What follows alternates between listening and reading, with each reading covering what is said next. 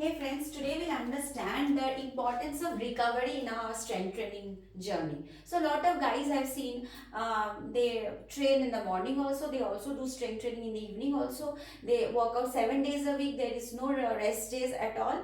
They think if they train more, they will get more, they will get muscles faster, they'll become stronger. So but this concept is totally wrong. Let's understand why recovery is so important, why rest days are important. So when you train hard, so there's a line that says train hard but recover harder. So why we say so? Because see when we lift, we cause some micro tears in our muscle fiber. So our muscle fiber breaks down. So whenever you lift heavy, when you do a heavy intensity workout, your muscle fiber breaks down. There's a micro tears in our muscle. So only during deep sleep and on rest days, your body gets a chance to repair and rebuild those muscle fibers, making them bigger and stronger. So if you don't give those rest days, and if you are not having enough sleep, remember from 11 p.m. to 2 p.m., that time deep sleep, that is the time when your body is actually doing all the cleaning work, repairing work, detoxification work. All that repair, cleaning, detoxification work happens during 11 p.m. to 2 p.m. when your body is doing that work. So you need to have deep sleep for that. Plus rest day, your body repairs and rebuilds muscle fibers, and thus muscle fibers become bigger and stronger. Second, hormonal health. Why recovery days and rest days are important? Because of hormonal health. You need to protect your hormonal health. Training, when you train, strength training, it boosts testosterone, but for temporary. Your testosterone gets in your main hormone for a male is testosterone, so it gets boost temporarily, but it is not boost permanently. So to have that good testosterone level, you need to have good recovery. Why?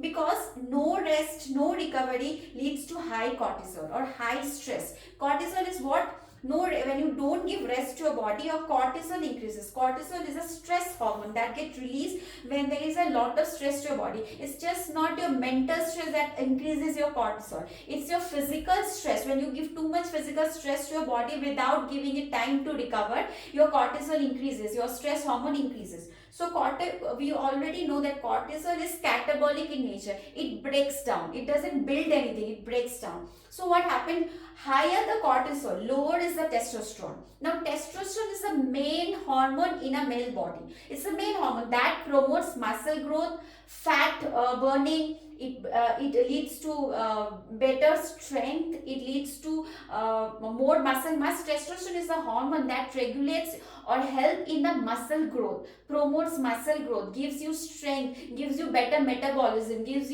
helps in your fat loss journey. So if your testosterone is less, the main hormone in a male's body, if testosterone is less, so you will automatically have less muscle mass. So even if you're pushing high, even if you're working out high, you will not able to gain the required amount of muscle mass that you should have. You will have very less intensity fat loss. So your fat loss will be sluggish. You will have more belly fat, low libido, and poor sleep. So whenever you're training hard, your cortisol gets increases. So cortisol is a stress hormone. So why it gets increases? Because it's just not only cortisol increases with your mental stress, it also increases with your physical stress. Cortisol will lead to lower testosterone. Lower testosterone leads to lower muscle mass, less fat loss, more belly fat, less libido, poor sleep. So all these things will get disrupted. Now will ask me why cortisol leads to less, why higher cortisol leads to less testosterone. Let's understand this.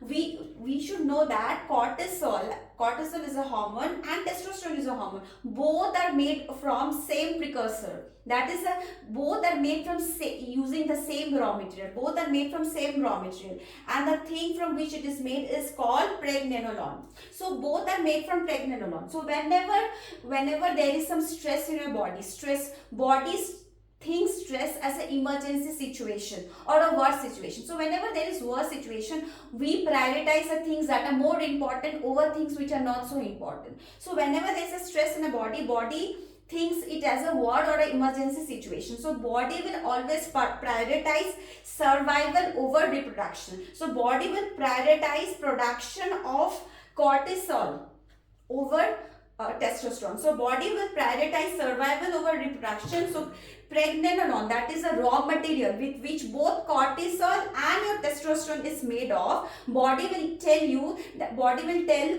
your body will tell or signal to make to use pregnenolone, that is the raw material, to make cortisol rather than testosterone. So all your pregnenolone are getting used to make testosterone, and very less is left for all your pregnenolone is getting used to make cortisol, and very less is made for testosterone. So whenever there is cortisol higher cortisol, body will always prioritizes survival over reproduction. So all your raw material, that is pregnenolone, will be get used to make cortisol, and very less will be left to make testosterone. So automatically when cortisol is high, testosterone is low. Lower testosterone, less muscle mass, poor metabolism, less fat burning, more belly fat, poor sleep, poor libido, everything gets dysregulated. Now high cortisol also increases whenever you have a chronic elevate. See, sometimes stress will be there in life, but if it is chronically it is elevated. So chronically elevated high cortisol leads to oxidative stress in your body. What is oxidative stress? Oxidative stress damages your cells. Cells are your main thing. So if your cells, whenever there is inflammation in your body, whenever there is oxidative stress in your body, more oxidative stress in your body, it kills the cells. So your cells get damaged. So what happens? High cortisol increases the oxidative stress in your body, which that damages cells that makes testosterone. It will damage the cells that makes testosterone. So automatically your testosterone production will go down. Lower testosterone in the blood, lower muscle mass, lower fat burning, more belly fat, lower libido, poor sleep. So everything gets disrupted once your testosterone hormones gets disrupted.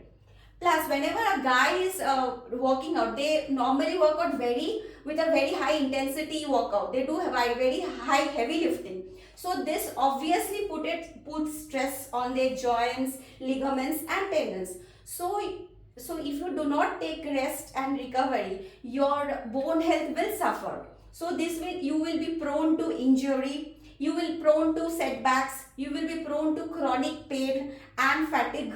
So all these things will happen. There will be setbacks, there will be pains, there will be, you will not be able to gain that muscle mass that you are opting for. So you will be prone to injury, and those injury will, and if you continue to work with that injury, you will develop a situation of chronic pain in your body. So what is the point if you have always pain in your body? So to protect your joint health, it's very necessary that you give rest to your body. So how do you give rest? You should have 7 to 8 hours of sleep every day. You should have active rest. In rest, you just don't sleep whole day. You should do walking. You should practice mobility. You should do stretching. Mobility and stretching is very important to loosen up your muscle, to loosen up your joints.